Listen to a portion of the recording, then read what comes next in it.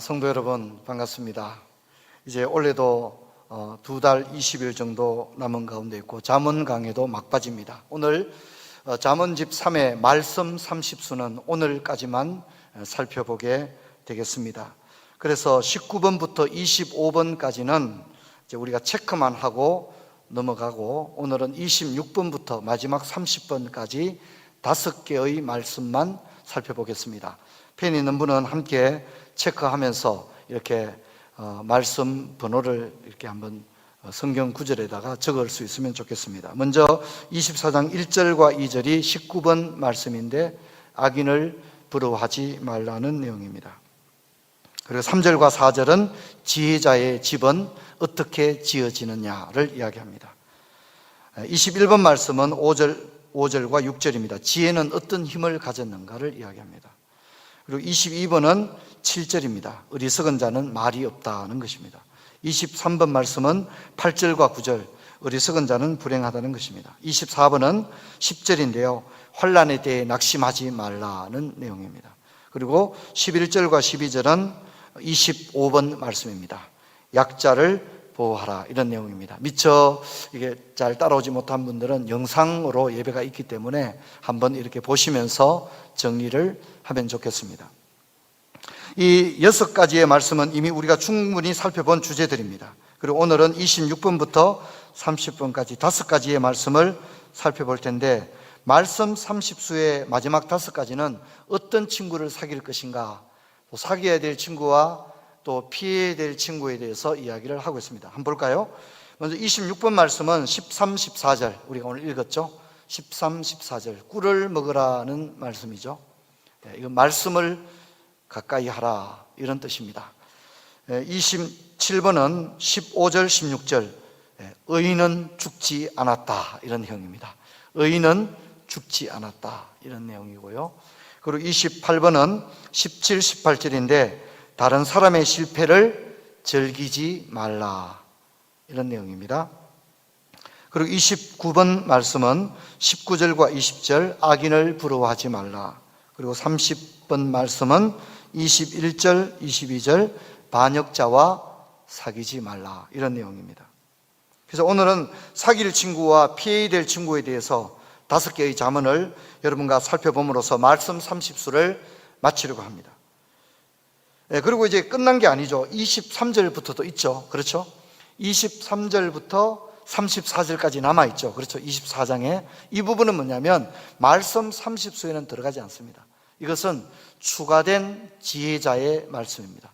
추가적으로 베풀어진 지혜자의 권면, 이렇게 생각하면 되겠고요. 내용은 삶의 두 영역인 재판법과 노동의 문제를 다루고 있습니다. 근데 이제 이 재판에 관한 잠언과 노동에 관한 내용은 앞에서 우리가 이미 충분히 살펴본 그런 내용입니다. 그래서 오늘은 피해야 할 친구와 또 사귀지 말아야 될 친구, 또 가까이 해야 될 친구와 또 사귀어야 할 친구, 이게 뭔가, 이것을 오늘 살펴볼 텐데, 먼저 결론을 먼저 살펴보도록 하겠습니다. 우리가 피해야 될 친구는 악인입니다. 악인. 그리고 원수입니다. 그리고 반역자입니다. 이 악인이라는 말 속에는 어리석은 자, 미련한 자, 악한 자, 게으른 자, 이런 것이 다 여기에 포함이 되는 겁니다. 그리고 원수, 반역자는 우리가 가까이 하지 않아야 할 친구들이다. 잠언이 그렇게 가르칩니다. 그리고 이제 가까이 해야 될 친구는 뭐냐? 바로 지혜입니다. 지혜.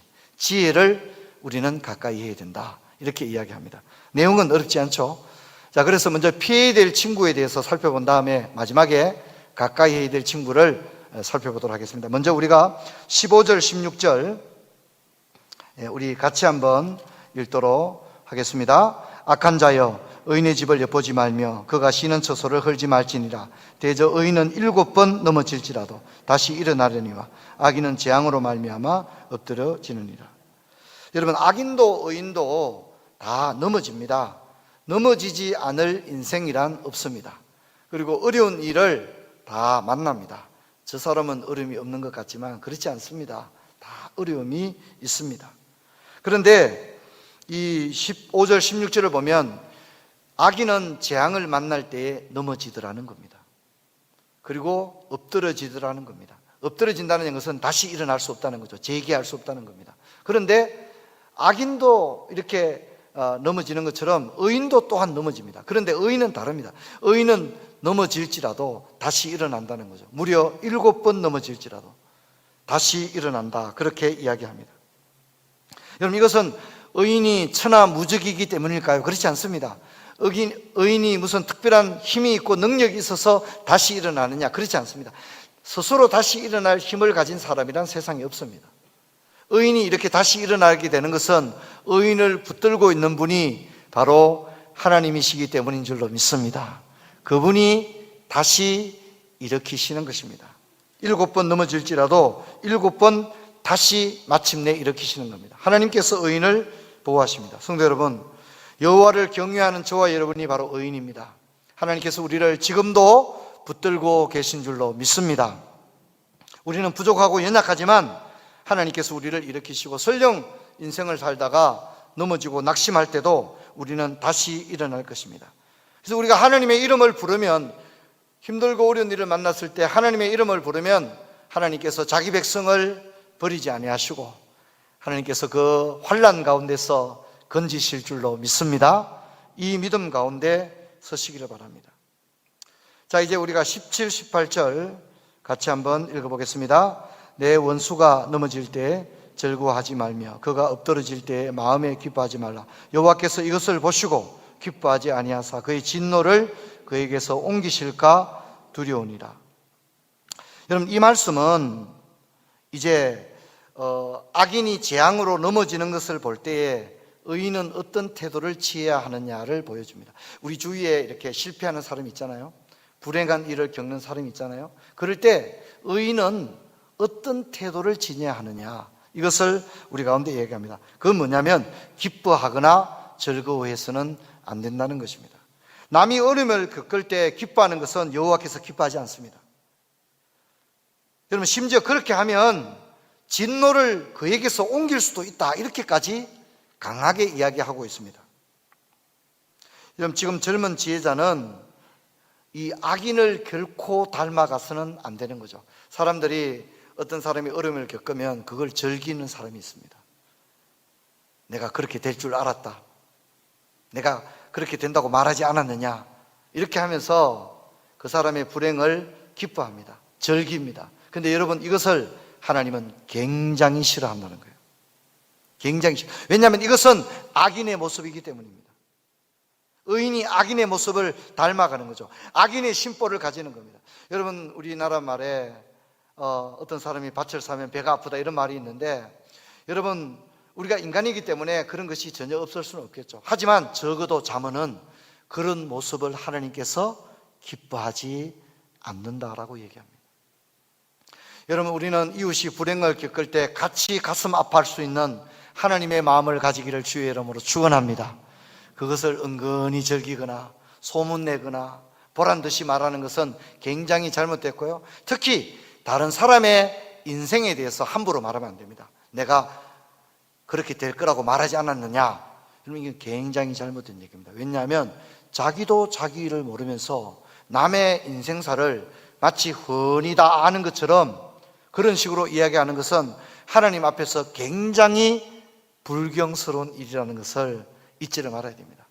물론 우리가 살아가다 보면 어떻게 이런 일이 있느냐, 이런 일이 있겠죠. 그럴 때 우리는 마치 하나님이 되어서는 안 됩니다.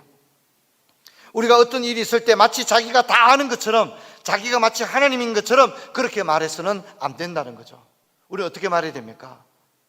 우리는 하나님의 뜻을 알 수 없습니다, 그렇게 얘기됩니다. 우리나라에 버마 아웅산 그 폭파 사고가 있었죠. 그때 대통령과 많은 사람들이 피해를 입었는데 그때 정부 요직에 있는 사람들이 죽었습니다. 어느 영락교회 집사님 중에 한 분이 자기 남편이 대통령을 수행해서 갔다가 그 자리에서 죽었습니다. 근데 이때 이제 이 가족이 가정예배를 드리고 있는 중에 가정예배를 끝내고 난 다음에 저녁 뉴스를 들었는데 뉴스에 자기 남편이 나오는 거예요. 죽었다는 거죠. 그래서 한경직 목사님이 신방을 갔습니다. 목사님이 위로하였습니다.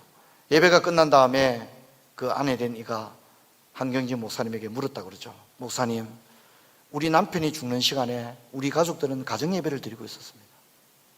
근데 어떻게 하나님께서 우리 남편을 저렇게 죽게 했습니까? 여러분, 목사님이 뭐라고 대답했을까요? 목사님 무슨 말을 하겠습니까? 목사님 이렇게 얘기했다고 합니다. 집사님, 잘 모르겠습니다. 하나님의 뜻을 제가 잘 모르겠습니다. 그렇게 이야기했다고 합니다. 저는 이 말씀을 듣고 많은 것을 깨달았습니다. 여러분, 우리는 아는 체 해서는 안 됩니다. 자기 인생도 우리가 모르면서, 내일 일을 모르면서 살아가는데 남의 인생사를 마치 그렇게 될 거라고 하지 않았느냐는 식으로 그렇게 이야기하는 것은 굉장히, 적어도 오늘 잠언에 의하면 굉장히 불경스러운 일이라는 거죠. 여러분, 우리는 높은 윤리의식을 가져야 합니다. 심판을 하나님의 손에 맡기고 하나님의 능력을 말없이 두려워하며 뒤로 물러나 있어야 합니다. 신자는 어떤 경우에도 남의 불행을 기뻐해서는 안 됩니다. 혹시 여러분들이 다른 사람이 불행한 일을 겪었는데 내가 막 그걸 은근히 즐기고 있다면 여러분, 하나님 앞에 회개해야 합니다. 왜냐하면 하나님께서 우리가 그런 마음을 가진 것을 오늘 분명히 기뻐하지 않는다고 했기 때문입니다. 남의 불행을 즐기는 것은 악인의 모습입니다. 내게 그런 것이 있다면 하나님 앞에 가슴을 치면서 회개를 하고 하나님께 새로운 마음을 가지도록 그렇게 해야만 할 것입니다. 여러분, 예수님께서도 원수가 줄이거든 먹을 것을 주고 원수를 위하여 기도하고 원수를 사랑하라, 그렇게 말했기 때문입니다. 우리가 그렇게 하지는 못할 만정 불행을 당한 사람에 대해서 정죄하고 판단하고 그것을 은근히 즐긴다면 오늘 잠언이 뭐라고 합니까? 진노를 옮기는 수도 있다, 그렇게까지 이야기를 합니다. 그러므로 우리는 우리 입의 말이나 마음의 생각까지도 하나님이 받으실 만한 것으로 늘 올려드리도록 힘을 써야 할 것입니다. 이렇게 악인이 재앙으로 말미암아 엎드러지는 경우도 있지만 악인이 득세하는 경우도 있습니다. 즉 정의가 시행되지 아니하고 하나님이 아니 계신 것처럼 느껴지는 순간도 있는데요, 이때 지혜자는 어떤 태도를 취해야 할까요? 하나님께서 즉각적인 역사를 나타내고 정의를 시행할 때는 악인이 재앙으로 말미암아 엎드러집니다. 이것이 27번과 28번의 말씀입니다. 그리고 정의의 시행이 지체될 때, 이것이 29번인데 악인이 막 형통하는 거죠. 그럴 때 의인은 어떻게 해야 되느냐 하는 겁니다. 여러분, 우리 19절과 20절을 같이 한번 읽겠습니다. 너는 행악자들로 말미암아 분을 품지 말며 악인의 형통함을 부러워하지 말라. 대저 행악자는 장래가 없겠고 악인의 등불은 꺼지리라. 여기 분을 품지 말며라는 번역은 다른 번역으로는 초조해하지 말며라고 번역할 수도 있습니다. 초조해하지 말라. 무슨 얘기냐면 하나님이 살아계심을 보여주는 거예요. 악인이 엎드러지는 거예요. 그럼 하나님은 과연 살아계시구나, 정의가 시행되는 거잖아요. 그런데 반대의 경우도 있다는 거죠. 악인이 오히려 득세하는 거예요. 악한 사람이 오히려 더 높아지고 인정받고, 그러면 정의가 시행되지 않는 거잖아요. 정의의 시행이 지체되는 거잖아요. 그럴 때 의인은 어떤 태도를 취해야 되느냐? 초조해하지 말라는 거죠. 하나님이 아니 계신 것 같은 순간에도 어떻게 해요? 초조해하지 말고 하나님을 신뢰하면서 나아가라는 겁니다. 그래서 우리 번역은 분을 품지 말고, 하나님이 계시다면 어떻게 이런 일이 있을 수 있느냐, 그렇게 하지 말라는 겁니다. 하나님이 아니 계신 것 같아도 하나님은 일하고 계신 줄로 믿습니다. 악인이 득세할 때에, 악인이 형통할 때에 그때 초조해하지 말라, 분을 품지 말라. 하나님이 아니 계신 것이 아니라 하나님이 지금 보고 계시다. 그리고 마침내는 하나님의 뜻을 드러낼 것이다. 할렐루야. 그렇게 얘기하는 겁니다. 저는 이것이 굉장히 중요한 의미를 가지는 말씀이라고 생각합니다. 여러분, 우리는 하나님이 아니 계시다고 사람들이 이구동성으로 말할 그때도 하나님이 계시다면 어떻게 이런 일이 일어날 수 있습니까? 그렇게 말하는 순간에도 우리는 하나님이 계심을 굳건히 믿으며 그분은 역시 일하고 계시다는 것을 믿으며 마침내는 하나님의 정의를 드러내실 거라고 하는 신뢰를 가지고서 그 순간을 신앙으로 지나갈 수가 있어야 합니다. 정리를 해보면 이렇게 됩니다. 정의가 시행될 때, 즉 악인이 엎드러질 때죠. 그때는 남의 불행을 기뻐해서는 안 됩니다. 근데 그런가 하면 정의가 지체될 때가 있습니다. 그럴 때는 초조해하거나 부러워하거나 분을 품지 말고 신뢰하며 기다려야 합니다.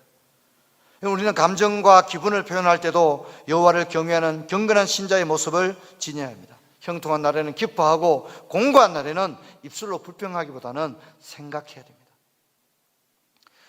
우는 자들과 함께 울고 웃는 자들과 함께 웃어야 합니다. 우리는 결코 이중인격자가 되어서는 안 될 것입니다. 여러분, 피해야 될 친구 세 번째는 반역자입니다. 여러분 21절과 22절 같이 읽겠습니다. 내 아들아, 여호와와 왕을 경외하고 반역자와 더불어 사귀지 말라. 대저 그들의 재앙은 속히 임하리니 그 둘의 멸망을 누가 알랴. 로마서에 의하면 모든 권세는 위로부터 났다고 했습니다. 근데 거기에 대해서 반역하지 말라는 거죠. 왕에 대해서 반역하지 말라는 겁니다. 왜냐하면 왕의 권세도 하나님이 주셨기 때문이라는 겁니다. 어떤 경우에도 반역자의 자리에 서지는 마라. 그리고 그런 사람과 사귀지도 마라. 그렇게 얘기합니다. 그것은 하나님께서 부여하신 권위를 스스로 대항하는 일이 되기 때문입니다. 심판하심을 하나님께 맡게 되는데 반역자는 자신이 심판자가 됨으로써 하나님의 자리에서 자기가 일하게 되는 꼴이 되는 겁니다. 그리고 그런 사람과 함께 사귀는 것을 잠언은 금지하고 있습니다. 반역자는 다른 번역으로는 변하기 쉬운 사람, 이렇게 번역할 수 있는데요, 이것을 신앙에 접목하면 배교자가 되는 것입니다. 변절자가 되는 것입니다. 그런 사람과 신앙생활을 함께 하게 되면 자기 신앙도 변절될 우려가 있기 때문에 잠언은 단호하게 말합니다. 사귀지 마라, 이렇게 이야기를 하는 것입니다. 저는 그런 부분에서 배우자가 중요한 것 같아요. 신앙생활에서 배우자가 서로 영향을 받잖아요. 배우자가 경건하면 다른 배우자도 거룩한 영향력을 받는 거예요. 이것이 굉장히 중요한 것 같아요. 부부가 서로 여호와를 경외하게 되면 시간이 흐름에 따라 이 부부는 진짜 여호와를 경외하는 아름다운 부부로 성장할 줄로 믿습니다. 이게 이제 굉장히 중요한 거예요. 그래서 우리가 미우라 아야코 책들을 읽었지 않습니까? 미우라 아야코 책을 읽었는데 보면 미우라 아야코가 그 미즈노 아야코에 비해서 그 신앙이 좀 연약했죠. 미즈노에 비해서, 남편에 비해서 신앙이 연약합니다. 그래서 아야코가 담배를 피웁니다.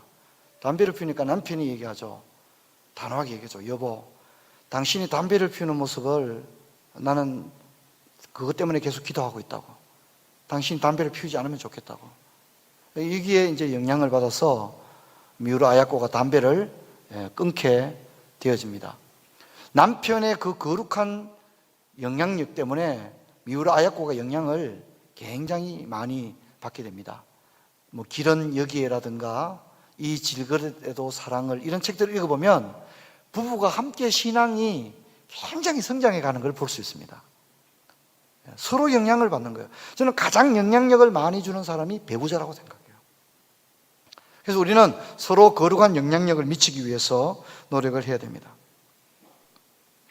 여러분, 이제 그 잠언 마지막 13, 14절 우리가 이제 처음으로 돌아와서 13, 14절을 같이 한번 읽도록 하겠습니다. 내 아들아, 꿀을 먹으라, 이것이 좋으니라. 송이꿀을 먹으라, 이것이 내 입에 다니라. 이 송이꿀은 지혜를 말합니다. 그리고 이것을 먹으라고 했는 것은 내재화하라, 이런 뜻입니다. 말씀을 어떻게 해요?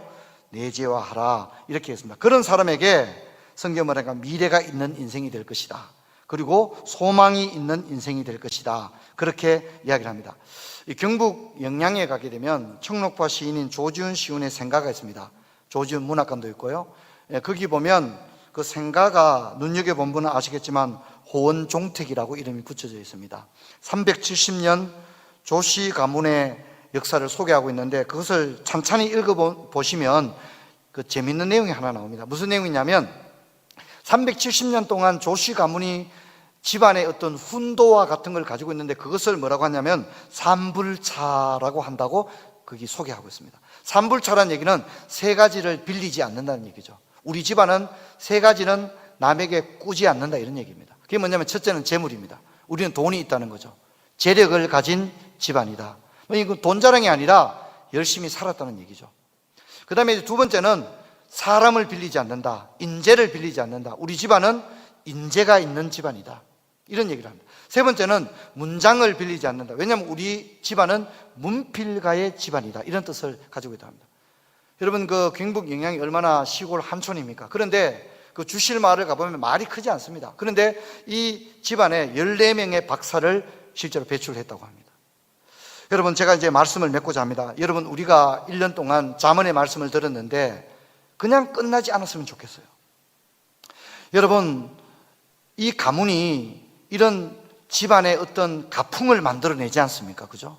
그런 것처럼 우리 성도들 모두도 잠언의 말씀을 통해서 우리 성도님들의 가정이 이런 잠언의 가정이 되어지기를 주의 이름으로 축원합니다. 제가 잠언 22장 29절 통해서 우리 교회가 실사구시의 교회가 되자 이렇게 말씀을 드렸습니다. 허풍이나 떨고 말이나 많고 알맹이는 하나도 없어요. 그런 쭉정이 같은 교회가 아니라 진짜 실력 있는 교회, 진짜 알곡들의 교회 되기를 바랍니다. 특별히 가정들이 그랬으면 좋겠어요. 저는 우리 푸른 조상교회 모든 가정들마다 진짜 알맹이 같은 가정들, 그런 가정들이 되기를 바랍니다. 아주 신앙적으로 건실하고 사회적으로도 아주 건실한 그런 가정들이 되기를 바랍니다. 또한 우리 교회 모든 성도님들은 한 분야의 실력을 인정받는 사람이 됩시다. 말만 앞세우고 노력 없이 열매를 얻고자 하는 허풍쟁이들이 아니라 정말 이 사람 말이면 믿겠다고, 이 사람이 다니는 교회라면 나도 다니고 싶다고 말할 정도로 한 눈물을 봐서 실력을 인정받는 그런 크리스찬들이 우리 교회 가운데 넘쳐나기를 주의 이름으로 축원합니다. 여러분, 이제 노벨상 지금 계속 발표되고 있는데 일본에서 노벨상이 많이 나왔지 않습니까? 우리가 그런 거 인정해야 합니다. 근데 여러분, 일본에서도 다 노벨상이 많이 나온 게 아닙니다. 와세다 대학이라든가 이런 동경대학 이런 유수한 대학에서는 의외로 노벨상이 많이 나오지 않았습니다. 오히려 시골의 교토 대학에서 노벨상이 가장 많이 나왔습니다. 여러분, 교토 가보신 분은 알겠지만 진짜 시골이지 않습니까? 교토역에 내려보세요. 교토역은 진짜 우리가 경북의 어느 작은 시골역보다 작지 않습니까? 그런데 그 시골 지방 대학교에서 노벨상을 가장 많이 배출했습니다. 여러분, 그 이유가 뭔지 압니까? 여러분, 제가 거기 이유를 좀 물어봤더니 이런 얘기를 하더라고요. 교토 지방의 지역의 그 지방의 특징이 그렇다는 거예요. 뭔 얘기냐면 이 분들은요, 연구소에 한번 연구 과제를 가지고 들어가면요, 기본적으로 20년, 30년을 연구한다는 거예요. 몇 년 연구한다고요? 이 기본적으로 20년, 30년을 연구하니까 노벨상이 나올 수밖에 없다는 거예요. 오란다고 다 가고 가란다고 다 가고 뭐 또 어디 가서 또 세발낙지도 먹고 말이죠. 그래가지고 아무것도 못하는 거예요. 한 눈물을 파는 거예요. 10년, 20년 한 눈물을 파니까 나오는 거예요. 몇 년 전에 그런 일화가 있었죠. 노벨상을 받았는데 이메일이 없어가지고, 그렇죠? 확인을 못했다고 하지 않습니까? 얼마나 연구에만 집념했으면 어린아이들도 있는 이메일조차 없는 그런 사람들이 나오는 거예요. 저는 우리 푸른 초상교회가, 제가 말씀드렸죠, 이 도서관 짓는다고 되는 게 아닙니다. 우리 기성세대가 아무렇게나 살아간다면 도서관이 10개 있어도 안 됩니다. 여기 병원이 있고 대학이 있어도 아무런 영향을 미치지 못합니다. 여러분, 우리 자녀들이 우리 교회 목사님, 장로님, 권사님, 고등부 선생님들, 성도님들 보면서 자랄 텐데, 우리 기성세대가 무슨 대단하지 않아도 적어도 우리가 한 분야에 책임을 지고 실력을 인정받기까지 노력하는 그런 저와 여러분 되기를 주의 이름으로 축원합니다. 우리 교회가 그런 교회가 되기 바랍니다. 말뿐인 교회가 아니라, 말뿐인 신자가 아니라 진짜 실력을 갖춘 성도, 진짜 사람들이 믿을 수 있는 신자, 그런 교회가 되었으면 좋겠습니다.